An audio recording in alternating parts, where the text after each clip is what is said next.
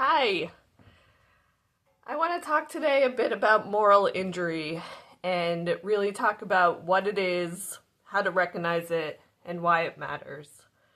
So, I've been a veterinarian for about 20 years now and primarily working in emergency and critical care. And when I was a young new grad, I went to a conference, and this was 20 years ago, so burnout was really not very much talked about. And that's really interesting because now we live in this world where they say that 50% of people claim to feel burnout, which is a huge population of people. So at this conference, there was a social worker who was giving a talk about maintaining your mental health in the veterinary profession, which is just, a profession really known for very high levels of mental health issues and stress and suicidal ideation. The studies show that 1 in 6 veterinarians consider or contemplate suicide, and the general veterinarian is about 3.5 times more likely to kill themselves than people in the general population. So this is really serious stuff. It's a very hard profession.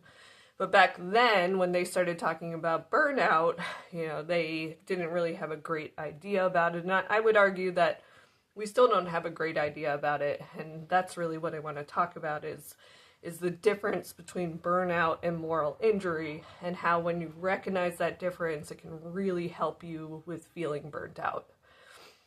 So at that conference, the 3 things I remember that social worker said were, 1, eat spinach if you're having trouble sleeping at night, so eat spinach before you go to bed. The second was, if you're hungover, eat tuna fish. There's all these vital minerals and nutrients in tuna fish that will help with a hangover. It's really important stuff. And the third thing was, if you become burnt out in your profession, you are done. That is terminal. You have to leave the profession. And I was like, no way. That's never going to happen to me. I love what I do. I'm so grateful that I love what I do. I know how hard it is to find work that you're passionate about. And then fast forward 15 years and I was done, ready to leave the profession. Just completely never wanted to do it again. And a lot of people talk about, the reason why it's really hard to be a veterinarian. And the one thing that constantly comes up is how much we have to do euthanasia, how many animals we have to kill, how much we're around death, how sad it is. People say to me all the time when I'm euthanizing their pet, I don't know how you do this.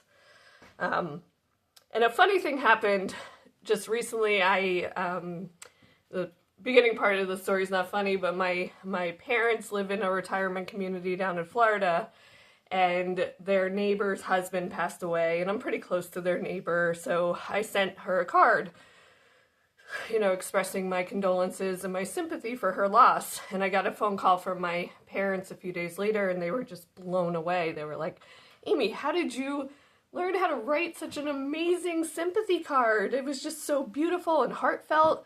And the card was 3 sentences and, very standard for what I normally write. And I said to them, do you guys know what I do for work? I write sympathy cards all the time. And I started to think about how many animals I've euthanized, because I usually will write a card to the family afterwards, expressing my sympathy. I looked it up, and, there's not a lot of studies out there, but I've worked emergency again for almost 20 years, and they say that the average emergency veterinarian will euthanize 2 to 3 animals per shift. And that feels really right. It feels actually a little bit low.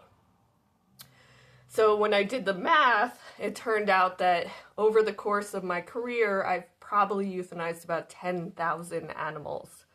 That is a lot. That's a lot of cards. So I think my parents can understand why it's easy for me to write a card to their neighbor.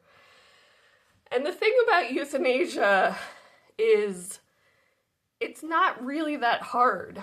Euthanasia is actually really nice that we can do that for animals that are suffering and relieve them of their suffering and help their families. What happens, though, is when we cannot euthanize animals that are suffering because their clients won't let, or the owners won't let us, when we have to continue futile medical treatment on patients that are, again, suffering, or when we have to euthanize animals that are treatable. Those are the cases that really stick with us. And that's essentially what moral injury is. So moral injury is what happens when you repeatedly have moral distress, which means that you're doing things that are against your morals or your deep values. So if my value is to help animals heal and not suffer, every time I have to do something that conflicts with that, I have a level of moral distress. And if I do that over and over, I will develop moral injury. And this is really important because moral injury is very different in how you approach it and treat it versus burnout. I like to use the metaphor of a car and a road. You know, if you think you're going on a road trip and your car has new tires and you got to tune up and the tank is full of gas and you are ready to go, you got your road snacks, you got a good night's sleep, you're all coffeeed up, and you get on the road and you start driving and there's a ton of potholes and then you come to a bridge that's washed out. You can't go where you're going. Burnout focuses on the car. Burnout treatment focuses on a full tank of gas, a tune-up. You know, it's about rest and exercise and breaks. Moral injury is about fixing the road. Moral injury is about the systems that are preventing you from doing what's right. And I'll tell you a story, related to the euthanasia situation, a case that I saw recently that's going to stick with me for the rest of my life. A breeder brought in her dog who is about 1 week away from delivering 9 puppies. So she had bred this dog, was pregnant, had 9 puppies in her belly. The dog, I'm going to name her Goldie for this story. She was so sick. She was dying sick, terminal. She was septic. Her kidneys had failed to the point where she wasn't even making any urine. She was seizing. Her blood pressure was in the toilet. Nothing we could do would bring it up. She was just completely, all systems were shutting down. She needed to be put to sleep. There was no way to save her. Now, this breeder did not want her put to sleep because she wanted those puppies. It turns out that Goldie was bred to a dog who had just won a championship dog show. And those puppies already had owners who had left deposits and paid $10,000 a piece. So Goldie had $90,000 worth of puppies in her belly. And while we were having conversations with this breeder about how this isn't looking good, nothing we're doing is working, Goldie died. She arrested. We started CPR. And we told the breeder, we are actively doing CPR. We need to stop. This isn't going to work. And she demanded that we do a C-section on Goldie during CPR. So our surgeons did a C-section. The puppies were all deceased. There was nothing we can do to resuscitate them. And then finally she let us stop CPR and put Goldie to sleep. So sad. And then it got even worse because what we found out later in the day, this was really early in the morning, this family showed up at the clinic and they were like, hey, our dog is here. Our dog Goldie is here. We heard she's sick. We heard she's having complications with her pregnancy. Like, can we see her? And we couldn't tell them anything. And it turned out, dogs are property by law. And that breeder had sold this dog to this family with a contract that the breeder was still the owner. And the dog had to come back to her twice a year to be bred so that she could profit on these puppies. So this family who was devastated but really didn't even know, we couldn't tell them anything. We were legally bound. So many things happened that day that were just awful. And that's what I talk about when I talk about moral injury. And the thing is, moral injury is not just something that happens to veterinarians. When you start seeing this, you'll see it everywhere, and you'll hear it everywhere, in every profession, in people's personal lives, in politics. I'll tell you a story. Beginning of my career, I was working in an ICU at a clinic where we shared our parking lot. We shared with a fast food restaurant. And we would be working these really hard shifts in the ICU, and we would always like look out and say, I wish I was working over at the fast food restaurant flipping burgers. Like, this is so hard. This is just too much. And there were two kids who worked there. They looked alike. They were both named Kyle. So we were like, we're going to go work with the Kyles. That was a running joke. And one night, late at night, I was at work and the doorbell rang and I go up and it's the Kyles, and they're standing there with an injured screech owl wrapped up in one of their aprons. And I was just like, what's going on, guys? And they were like, we were leaving work and we hit this owl. It got stuck in the grill of our car. We took it into the car. We, spent some time like staring at it. It seems to really like us. We want to keep it. We want you guys to like fix it up so we can keep it. We decided that this is the coolest thing that's ever happened to us, and we're going to get girlfriends now because that's all we really want, and like girls will totally date us if we have an owl. So I sent the owl to the back for my colleagues to patch it up, and it turned out it just had a little bit of head trauma and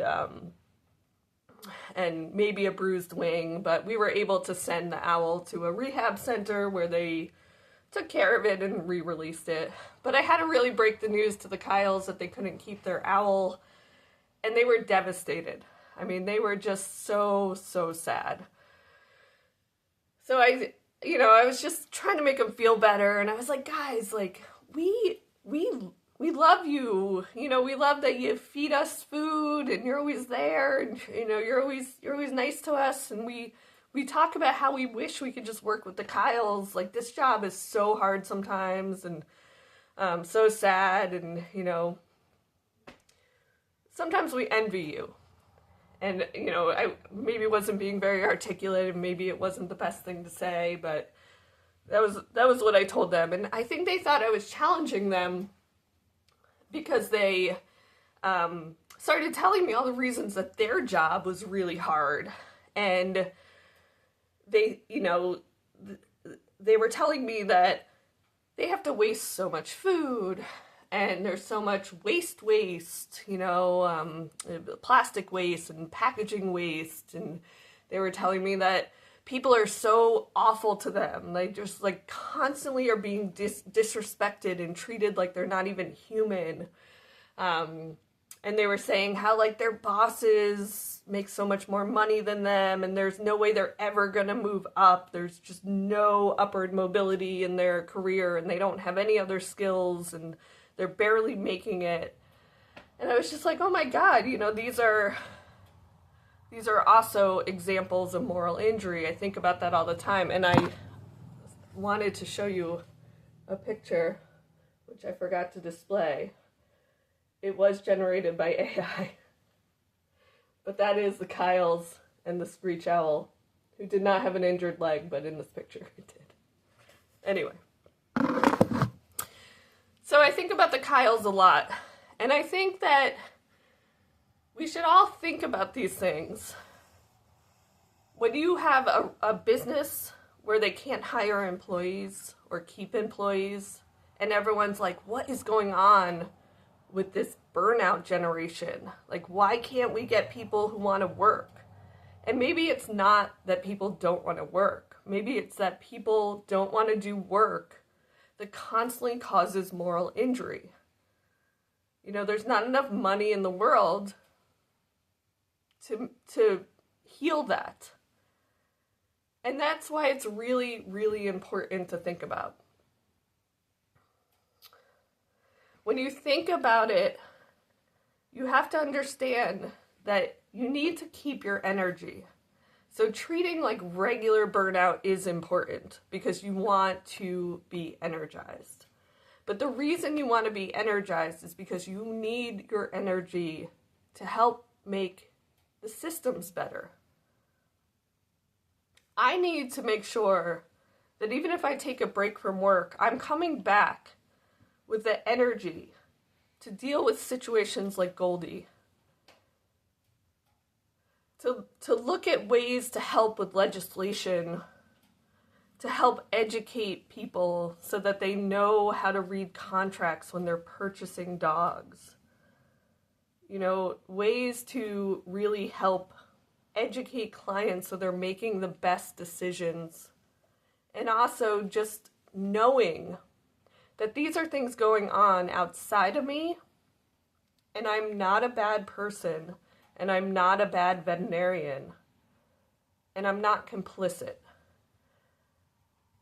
Complicit is a tough word. I may be complicit a bit. But that is what will burn you out, is the shame that you're part of these systems that you did not create, but we all have to be a part of. And that's why it's so important when you think about how you're feeling burnt out to understand why. Why are you feeling burnt out? Is it because you're tired? Because you have monotonous work? Because you have too much on your plate? Or is it because you are doing things that are against your values repeatedly? Thank you very much.